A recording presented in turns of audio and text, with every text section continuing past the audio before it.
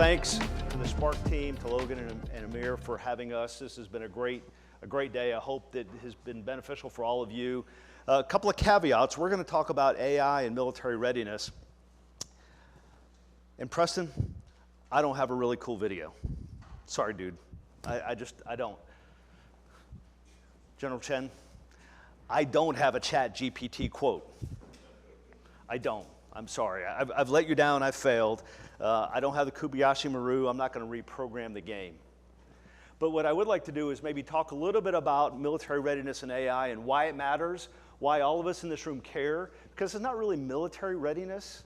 It's really about national security readiness, and it connects to economic readiness. And I won't give you a long theory of victory and theory of competition speech today, but I would tell you that our peer adversaries view the theory of victory and the theory of competition much differently than we do. And I would say that the conflict in some sense has already started. And it starts at economics and hopefully never works its way to kinetic military activity, but it might. And we want to be ready for that.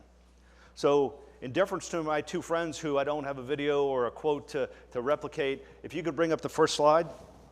What I do have is a really cool picture. Anybody know what that is as we think about pivoting to a readiness conversation? Those are a bunch of PT-13 and PT-17 Stearmans. The time is the interwar years between World War I and World War II.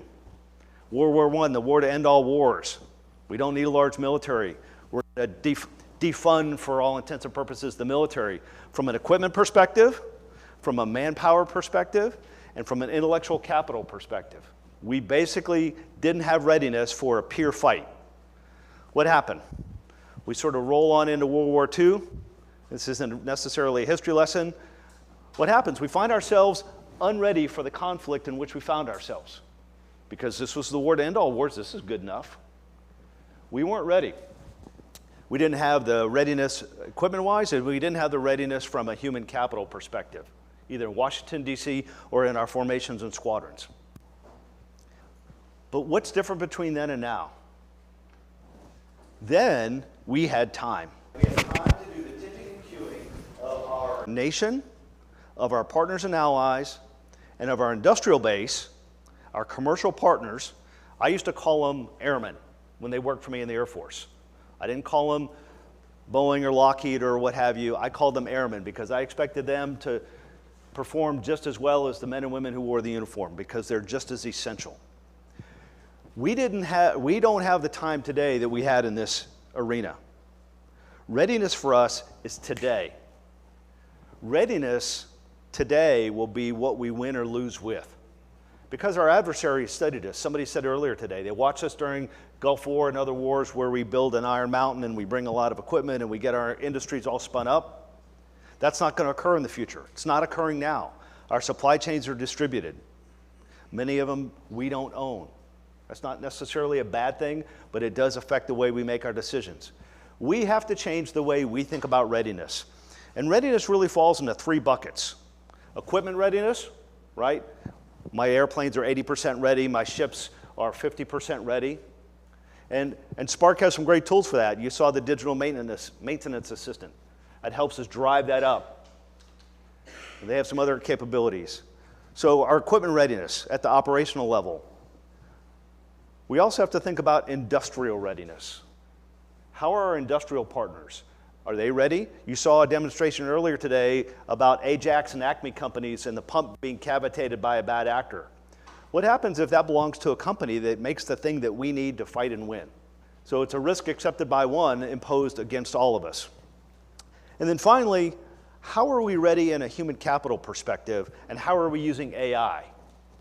AI from human capital. Yeah, we think about it from a decision-making process, and can we automate certain decisions that we do within the military? But I would say, how are we making sure that the two-legged weapon system is ready? In fact, if you read the news today, there was actually a story, a medical company in Germany is using AI to predict whether or not folks will get depression. Think about what that means to force health readiness. Think about what that means for us to understand whether or not our soldiers, sailors, airmen, Marines, Coast Guardsmen, and Guardians are ready to fight. Whether or not our civil servants are ready to fight. Whether or not our commercial partners are ready to fight. That's how AI generates readiness for us today. And we've got to really move out on this. We don't have time. Time is not our friend. You saw this morning from Secretary Work, you've seen the discussions throughout the day, I won't repeat them, but time is not our friend. And why? I'll tell you why. Next chart. General Eric Shinseki, former Chief of Staff of the Army, said, if you don't like change, you'll like irrelevance even less. And he was spot on. I've used that quote 1,000 times. I remember when I worked for him, it hit home then. It's as true today as it ever was. And we're in a period of unprecedented change, both industrially and from a ones and zeros perspective. And we don't want to end up like these folks. Time is not our friend here. So in a minute, I'm going to invite General Allen and Nathan up here, and we're going to have a bit of a fireside and talk more about military readiness and AI and those intersections. But before I do that, since I don't have a cool video, what I do have is a cool quote. I want you to leave here today being uncomfortable. I want you to be uncomfortable where we are on our AI journey. I want you to be uncomfortable where we are in terms of industrial readiness. I want you to be uncomfortable in terms of global supply chains and distribution networks. Folks, we got to learn how to ride a different horse. And that's what the next 30 or 40 minutes is going to be about, riding a different horse and being ready for whatever comes next so we can prevail in accordance with the National Defense Strategy. General, please join me. Nathan, join me.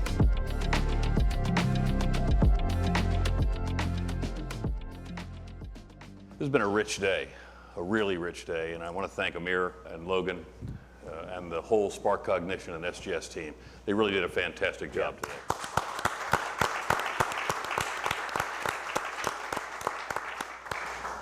And I could not be happier than to see General Chun and his team here today. Years ago, when the United States elected to move into a formal strategic partnership agreement with Singapore,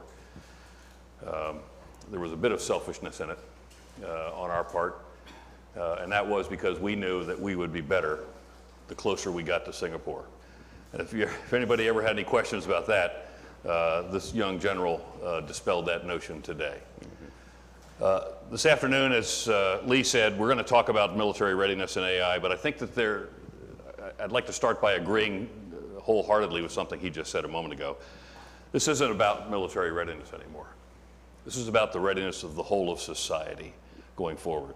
One of the great things about the conversation that Preston had with us this morning was that if you're hearing footsteps behind you, it's the Chinese.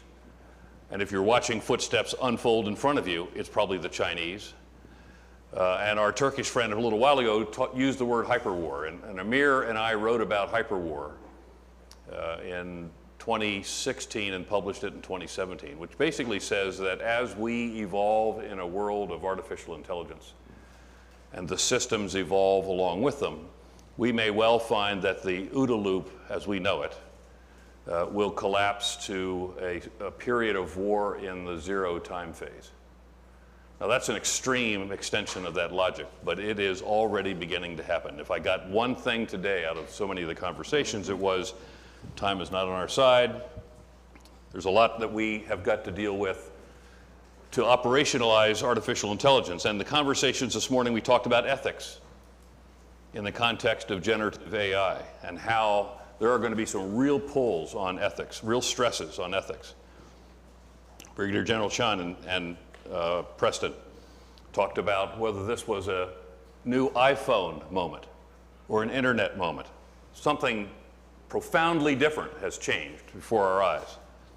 And I thought Sky Moore's comments were really important because the gist of her conversation wasn't that they couldn't use AI. The gist of her conversation was that the peripherals that ultimately operationalized all aspects of the value of AI were so hard, and sometimes too hard, that, as she said, we had exquisite algorithms and they couldn't produce for us. Those are my words, not hers. CENTCOM, wherever the CENTCOM commander is. So there were some subtexts for me today, and the three of us are going to talk about it. One of the subtexts is, are we capable of recognizing this moment? Are we capable of recognizing this moment? I don't want to get into a Clausewitzian conversation here, but Clausewitz was very clear that conflict and war has a character and a nature to it. And the character is the technological development. And the technology that we are seeing unfold, Bruce Porter's presentation was spectacular, is unfolding not just as a new technology, but the rate of change is absolutely head-spinning. That's the nature, that's the character of war that we're unfolding. But the nature of war is a human dimension. Are we aware that things are changing as they are, as fast as they are? And very importantly, are we morally committed enough to change as we must to adapt this technology in the ways that will give us the advantage in time? Do we have the leadership? Are we willing to have the kind of true public-private sector relationships we must have in order to take full advantage of the innovation and technological advantages of the private sector with the necessity of the national security of the United States? And while we've talked about an internet moment, or we've talked about an iPhone moment, those of you who are old enough to remember Desert Storm, we all looked back a few years before that and said we had had a Goldwater Nichols moment. We had an aha moment that said to all of us, if we don't get organized properly to employ these technologies, it's not going to make any difference. That's the moment we're in right now. If we don't get organized properly, structurally, organizationally, procedurally, in our HR processes, all of those peripherals can't be brought to bear to give what Bruce Porter said to us a moment ago, the full maximum advantage of this enormous technological competition capability, if we don't do that. And so I think that that's a very important subtext of what has happened here today. And I don't know a lot about code writing, and I couldn't tell you a line of code from artificial intelligence if somebody hit me with it. But I do know a lot about organizational behavior. And I worry that we are behind the power curve in properly embracing and organizing properly in the future to take full advantage of this technology. And I also know that autocracies and authoritarian regimes and totalitarian regimes are not so constrained. They'll organize however they have to, ultimately, to take full advantage of these technologies. So I didn't mean to go on so long, Lee and Nathan, at the beginning of this, but I just wanted to give my sense of the subtext that we've heard today, because it's been a very important subliminal message, if you will. So let me ask Nathan, who's got extraordinary experience at Boeing as an engineer and an ethicist, but also in someone who has worked hard over the years to bring artificial intelligence and machine learning to its operational fruition, if he'd talk about the challenges of that, because I think it really is an important augmentation of the things we've been talking about today. Yeah, Nathan, please. thank you. Yeah, pleasure to be here. Boeing, like any large company, and maybe it's kind of unique in certain ways, really represents three very distinct, standalone, very large businesses. You've got a defense business, you've got a services business, you've got a commercial airplane business, and of course there's this big kind of corporate profit center that supports all the businesses. I've been fortunate to be able to work in each one of those, and so kind of has some insight into how each of those organisms work and how they're different. This is a really special time that we're in.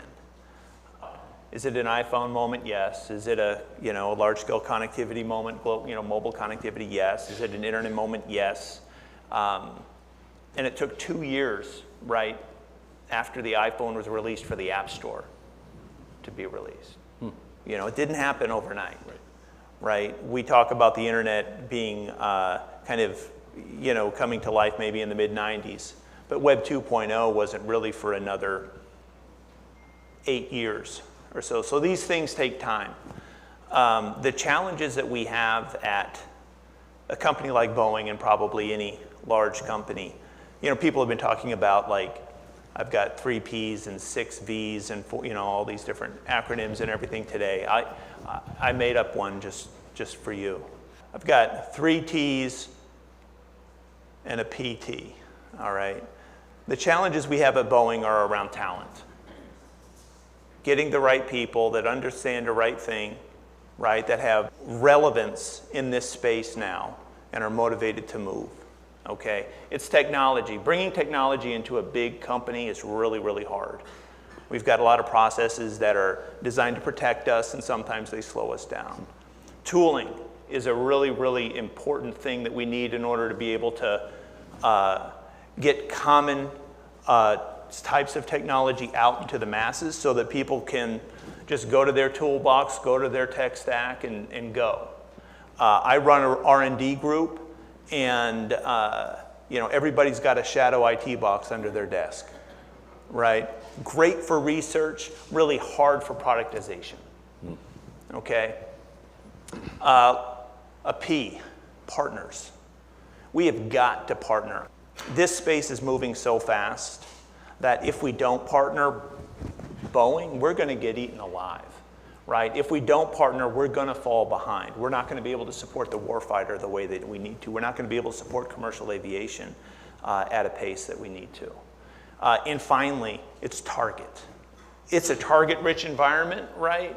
There are so many different generative AI use cases out there. It's crazy. There's a whole lot of other great AI use cases as well, and we want to just tackle them all. But we've got to prioritize, we've got to focus, we've got to pool our resources, and we've got to just knock them out. We talk about Agile, let's apply it to the way that we solve problems. So achieving all of those, ultimately it's going to take a mindset shift, a radical mindset shift, and being uncomfortable every day. I think that's very well put. Lee, you've done some of this as well, and of course your long career in the Air Force in logistics and sustainment. But now you're on the outside, you're advising a number of companies. Nathan has seen it as well. We'd love to hear from you on the challenges you are facing, you're having to embrace, and whether you have to make organizational, structural, and human resources changes in order to do this. Because we'd like to hear that from you. But Lee, give us some of your thoughts on that, please. So when I think about whole of nation readiness for the 21st century and the adversaries we face, what I realize is that both within the national security apparatus, because it's not just the DoD, although that's kind of the 800-pound gorilla, but across the whole of government, we have an industrial age government in an information age environment. Amen. Right? I used to own a $26 billion a year P&L, and the money thing alone and the congressional business alone used to eat my lunch almost every day, right? That's where I spent a huge amount of my time. And Congress loved me. Well, at least 50% of them did. The other 50% thought I was the devil, right? So you spend all your time there. You don't spend your time creating the structures. You don't spend your time creating the HR mechanisms. You don't spend your time recruiting military men and women, but as importantly, civil servants and corporate partners to join your team because you're doing this. So I'm not advocating revolution, but I am advocating pretty damn quick evolution of the way our government thinks about itself. And I'll give you one very good example, software. Not AI software necessarily, but software. We still buy software like we buy hardware. I want defined requirements, I want to go to Congress, I want to get a budget, I want to buy it like a program of record, just like I'm going to buy an F-16 or a tank or a ship, right? And then I got to deliver chunks of capability every so often, or Congress will be unhappy. Who thinks software works that way? Nobody in this room, right? But that's the funnel that we're forced into, and it drives all the wrong behaviors inside the government, both within the DoD, the acquiring activity. It drives the wrong behaviors in the executive branch. It drives the wrong behaviors in the legislative branch. At the end of the day, it delivers the wrong capabilities late to the men and women who need it. And that's a real problem for us. And so I see that's one problem I see. And the second thing that I think we didn't talk much about, but it scares, you asked me what keeps me awake at night, this is one of them. I used to own the global supply chain for the Air Force, NASA, and the 63 FMS countries. The supply chain is an Achilles heel for us.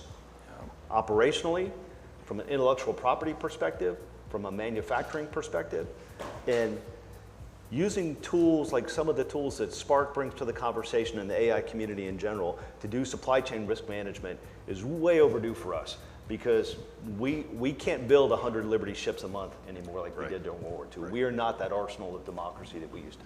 Well, I think one of the another point we would make, again, I really do want to hear from you all on these changes that we're going to have to see in the corporate level, and we've talked about that in government, is a follow-on to the question that Noreen MacDonald asked a little while ago. And the question is really important, that's about alliances. we're not going to fight these wars alone. No. And in truth, again, we are in conflict today. And for those of you who study in this world, you know that there is a difference between being in a conflict and being in a war. Wars will often break out of a long-term conflict. In many cases, when the kinetic dimension in the physical domain breaks out into something we would call a war, we've actually been in conflict for some period of time. And we've got to be conscious of the requirements for our alliances during periods of conflict, and then prepare, obviously, for the potential unwanted, but the potential reality of it breaking out in war in the physical domain. And something that's worried me for a long period of time, and I'd be interested in your views on it as well, because you both live in that world, is as the United States comes together for a conversation like this, and maybe General Chun can give us his views in general on the subject, but perhaps even his views on East Asia as well.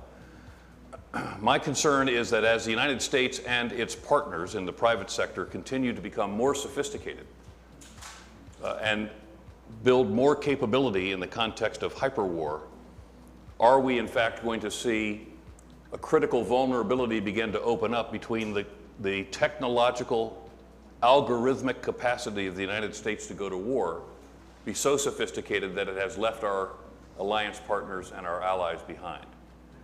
And I worry about that as we go forward. I was on a study a couple of years ago on NATO adaptation, and we sussed out the various potential threats that NATO was going to have to face. This was after the Warsaw summit.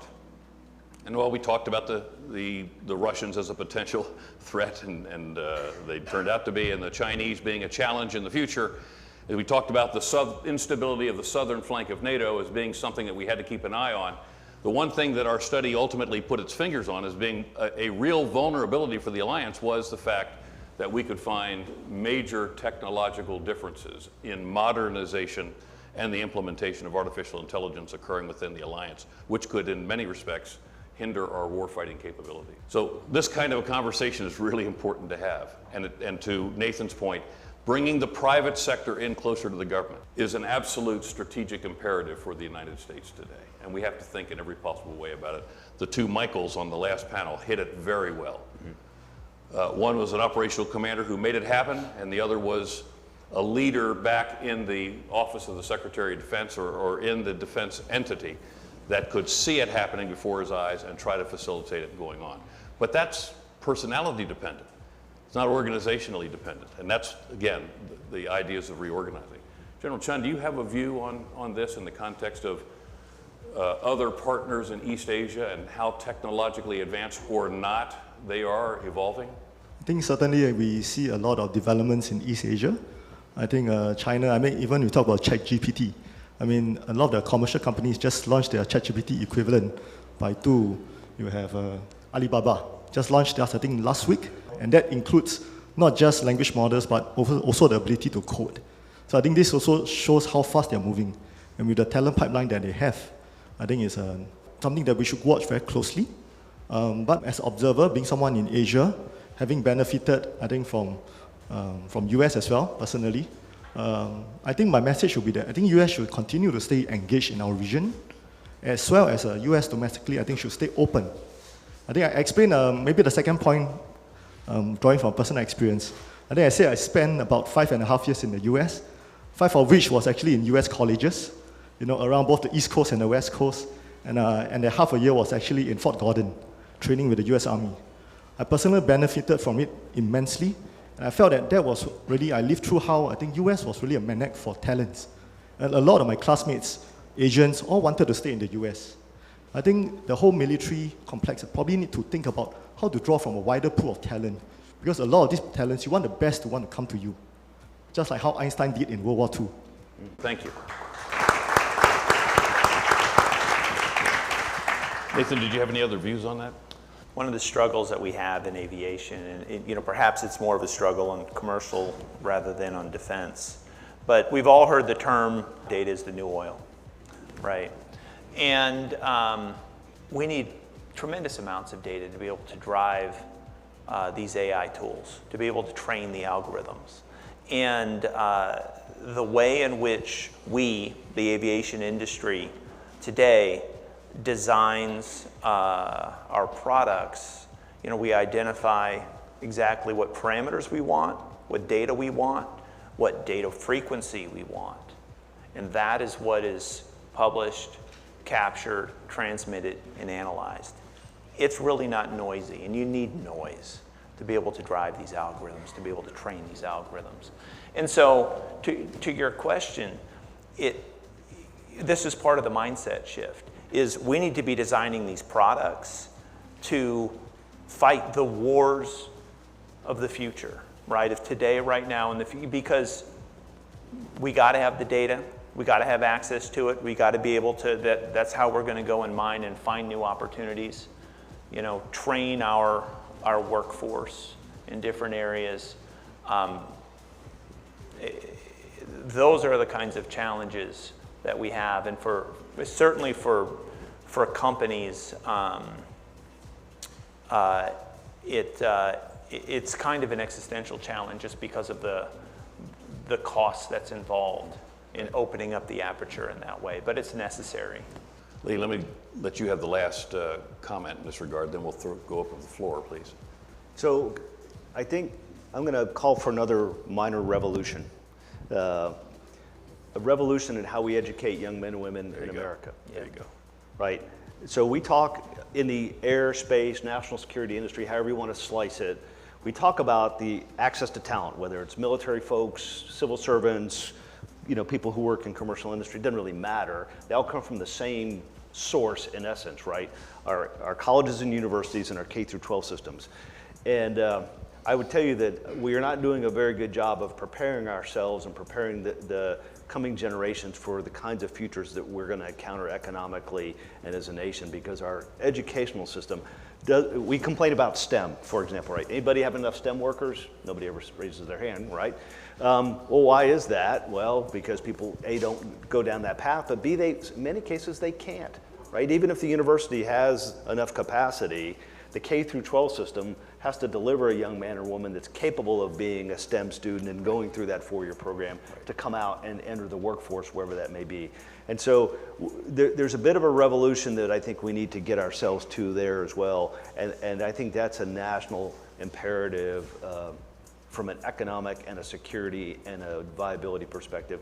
And to General Chen's point, the people that come here to study or want to come here to work, getting them here, keeping them here, letting them stay here, whichever of those is the right answer. I think those are all essential components. I'm not sure what the right answer is, but I can tell you what the wrong answer is. The wrong answer is business as usual. Mm-hmm. If it's business as usual, it's not going to work. It's not serving us well now, and it's going to serve us even less well going forward. And I think the input, as you said very well, the input of an international student presence here benefits us enormously. It not only benefits us enormously, it benefits them enormously to take home to their countries some of the reality about who we are as a people. But the room is full of entrepreneurs, scientists, those who want to do good. And to Lee's and Nathan's point, this can't just be about technology. This has got to be about the next generation. And I would simply call upon you, if you've not given it thought yet, in some capacity that you all have as individuals or you all have as organizations, try to be a factor in the development of the women and men of the next generation of this country. Amen. Because we're going to do the innovation. We're going to get the technology right. But we've got to hand the torch to the next generation to be ethically prepared and then scientifically equipped for the challenges that we're going to face in the future. So let's go to some questions, if you have some, or some comments. I'd be very interested in hearing that from you. Noreen, please. I wonder if you could comment on the larger landscape, not just the US-China competition, which obviously has been a key part of the conversation today. There are other countries besides China and the US who've stated that their military focus is going to be on leadership in AI. The United Kingdom, Estonia, UAE, Saudi. So it's a question of a stated intention, resources, financial resources, management resources, to see what their impact is. It seems now that AI is changing the military landscape, the military math about military superiority, and you can contemplate that military superiority would be de-linked from GDP or population.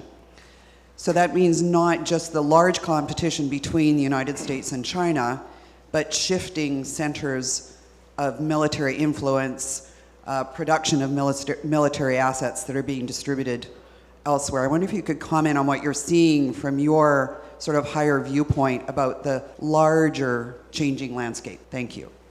We've seen this for probably about a decade now, and it really started with the rise in capabilities in cyber warfare of smaller nation states, or in many cases, non-state actors. Right. And so we've really lowered the barrier to entry, so to speak, right, to create some kind of contested environment for the United States. I think AI just takes that to its next iteration, for want of a better discussion. So what it does is it creates more credible threats, but don't want to be a glass half empty guy. It creates plenty of credible opportunities for us too to partner with allies and friends to underpin with an ethical and moral foundation of what's right and what's good for humanity, to overwhelm the forces who are maybe not as altruistic in their use of some of these tools. That's not easy. I don't mean to kind of just hand wave that away. It's not easy.